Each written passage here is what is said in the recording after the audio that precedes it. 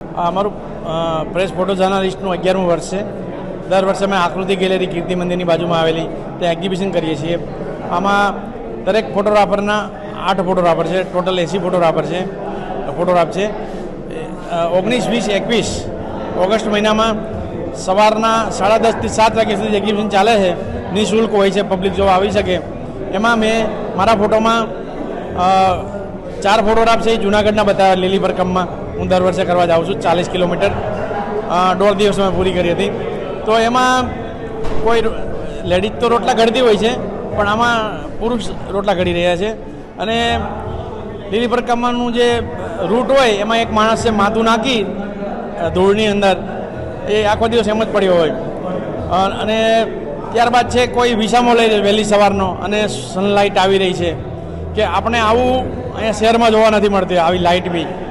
અને ત્યારબાદ ફાઇન આર્ટના ગરબા બતાવ્યા મારી કોલેજના મેં. પછી એક પક્ષીઓની લડાઈ છે એ બતાવવા માગી છે. એટલે આ રીતે કંઈક, અને એ બી જોવાનું કે 10 વર્ષમાં જે આપણે બતાવ્યું છે એ વસ્તુ રિપીટ ના થાય. એટલે અમારા માટે બહુ થોડુંક સ્ટ્રગલવાળું હોય. 50 ફોટોગ્રાફમાંથી 8 કઈ રીતે સિલેક્ટ કરવા બહુ અઘરી વસ્તુ છે.